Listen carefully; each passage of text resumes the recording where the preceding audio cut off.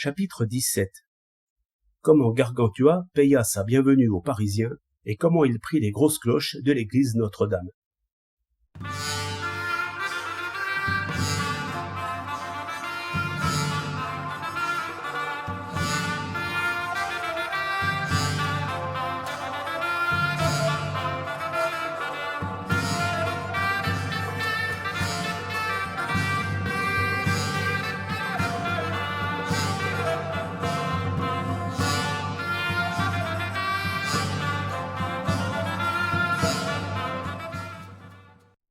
Quelques jours après qu'ils eurent repris leur force, il visita la ville et fut regardé par tout le monde avec une grande admiration.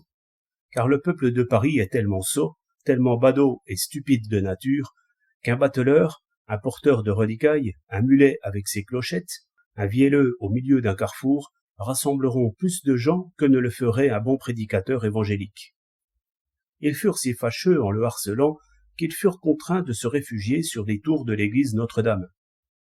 Installé à cet endroit et voyant tant de gens autour de lui, il dit d'une voix claire : « Je crois que ces maroufles veulent que je leur paye ici même ma bienvenue et mon étrenne. C'est juste. Je vais leur payer à boire, mais ce ne sera que par riz. » Alors, en souriant, il détacha sa belle braguette et, tirant en l'air sa mantule, les compissa si roidement qu'il en noya 260 418, sans compter les femmes et les petits-enfants.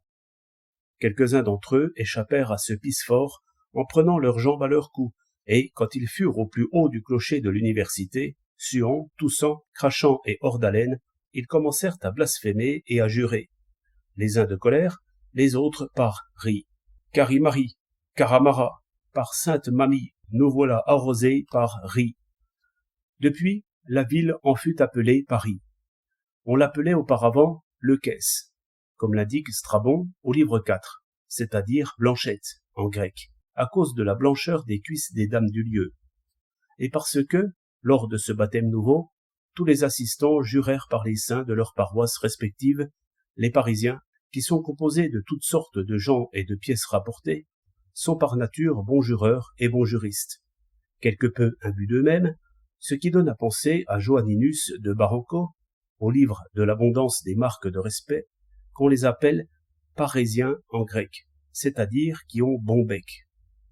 Cela fait, Gargantua considéra les grosses cloches qui se trouvaient dans les tours en question et les fit sonner bien harmonieusement. Ce faisant, il lui vint l'idée qu'elles serviraient bien de clochettes au cou de sa jument, qu'il avait l'intention de renvoyer à son père toute chargée de fromage de brie et de harengs frais.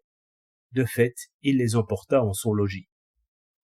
Sur ces entrefaites survint, pour faire sa quête de cochonaille, un commandeur jambonnier de l'ordre de Saint-Antoine, qui, pour se faire entendre de loin et faire trembler le lard dans le saloir, voulut les emporter furtivement. Mais il les laissa par scrupule d'honnêteté, non qu'elles fussent trop chaudes, mais parce qu'elles étaient un peu trop lourdes à transporter.